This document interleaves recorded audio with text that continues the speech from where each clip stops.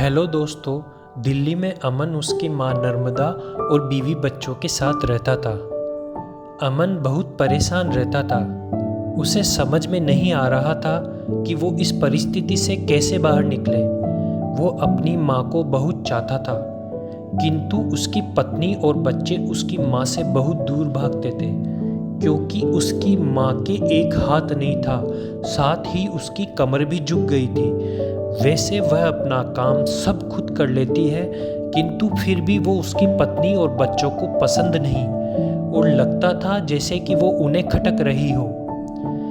एक दिन अमन की बेटी तनिष्का के टीचर गेट टुगेदर के लिए आ रहे थे, तो उसने बड़ी बेरुखी से अपनी दादी को दूसरे कमरे में जाने को कहा। पर बेटा, मैं तो यहाँ चुपचाप बहुत दूर बैठी हूँ, दादी ने बहुत प्यार से कहा। तभी तनिष्का तेज आवाज में जोर से डांटते हुए बोली, नहीं, आप उनके सामने मत रहो, वो फिर मुझे रोज चिढ़ाते हैं। क्या हुआ तनिष्का, क्यों चिल्ला रही हो? अमन की पत्नी रेखा ने खाना बनाते हुए आवाज लगाई। देखो ना माँ, ये दादी यही हॉल में बैठी है और मेरे टीचर आ रहे हैं, तनिष्का ने फिर से तेज आवाज में कहा। माँ जी, आप दूसरे कमरे में चली जाओ, क्यों हम लोगों का सर शर्म से झुकवाती हो?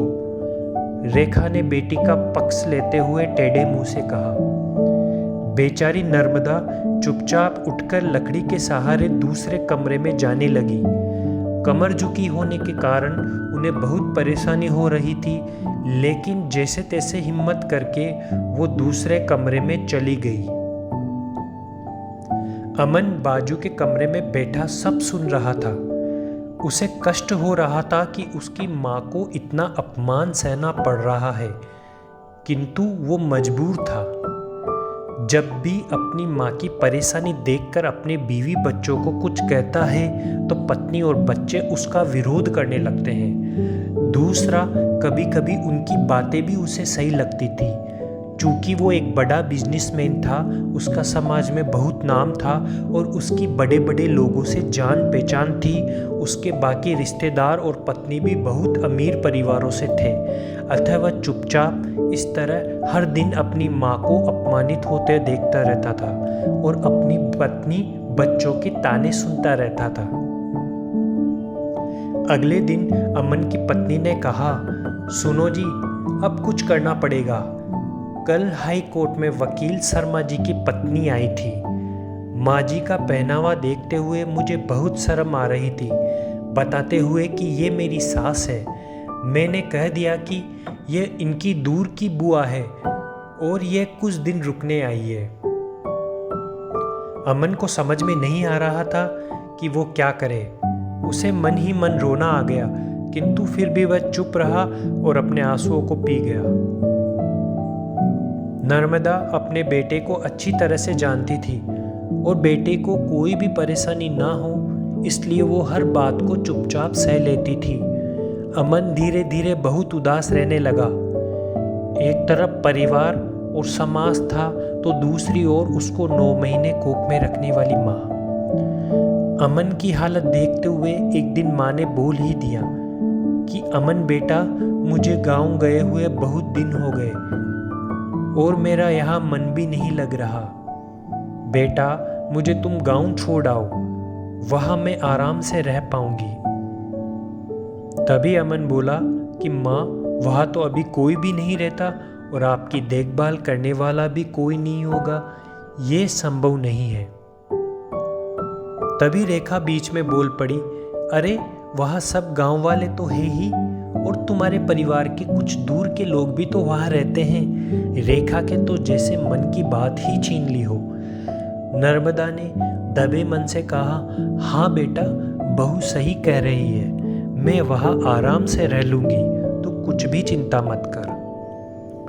अमन मन ही मन जानता था कि गांव में माँ की देखभाल करने वाला कोई नहीं है, लेकिन अपनी पत्नी के जिद के कारण वह अपनी माँ को गांव छोड़ने पर विवश हो गया।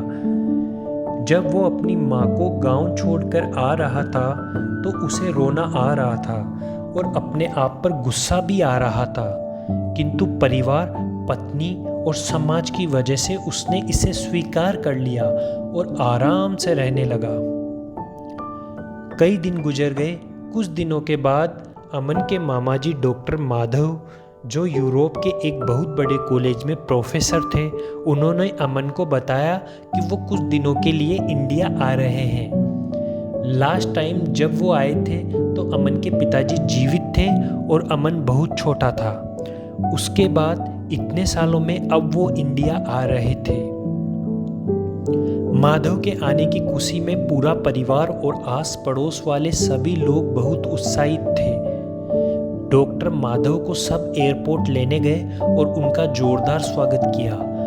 घर आने के बाद मामा जी सबसे बहुत उत्साह से मिले, लेकिन थोड़ी देर में उन्हें पता पड़ गया कि नर्मदा देवी वहाँ मौजूद नहीं है। डॉक्टर माधव ने अमन से पूछा कि क्यों अमन, नर्मदा दीदी नहीं दिख रही, कहाँ है? तभी रेखा सपाट से बोली कि नहीं मामा जी, वो यहाँ नहीं है, वो गांव में रहती है क्योंकि यहाँ उनका मन नहीं लगता है। डॉक्टर माधव ने अमन की ओर देखा तो अमन ने अपनी आंखें झुका ली। डॉक्टर माधव को यूरोप में रहते हुए भी बहुत अनुभव था। वो सब समझ गए। उनका मन सहम उठा और दबी आवाज में वो बोले कि कल सुबह 6 बजे हम सब नर्मदा दीदी से मिलने गांव चलेंगे। अगले दिन सभी लोग गांव के घर में पहुंचे। वहां पहुंचते ही उन्होंने देखा कि नर्मदा को बहुत तेज बुखार है और वो पलंग पर असहाय पड़ी है और उनके हाथ पैर कांप रहे हैं। डॉक्टर माधव दौड़कर नर्मदा के पास गए, उनके पैर छूकर फूट फूट कर रोने लगे। उन्होंने कभी सपने में भी नहीं सोचा था कि उनकी प्यारी बहन की ये हालत होगी। डॉक्टर माधव ने अमन को जोरदार तरीके से डांटते हुए कहा, वाह बेटा अमन, तूने तो परिवार का नाम रोशन कर दिया। अपनी माँ की इस हालत को देखकर भी तुझे शर्म नहीं आ रही? वाह रे कुल के चिराग। उसी समय नर्मदा ने अपने भाई को टोकते हुए कहा, नहीं भैया, इसमें अमन का कोई दोष नहीं है। मैं ही अपनी मर्जी से गांव आई थी। आप चुप रहो नर्मदा दीदी, मुझे सब समझ आ गया है।